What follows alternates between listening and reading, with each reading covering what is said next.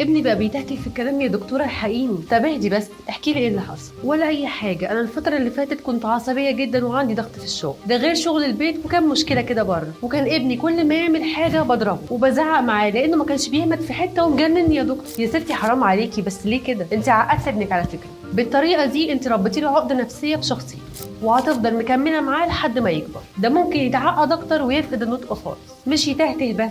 وكمان لما يكبر مش هيبقى عنده شخصيه. اسمعيها مني يا ست الكل، ابنك ملوش دعوه بمشاكلك ولا ضغوطاتك.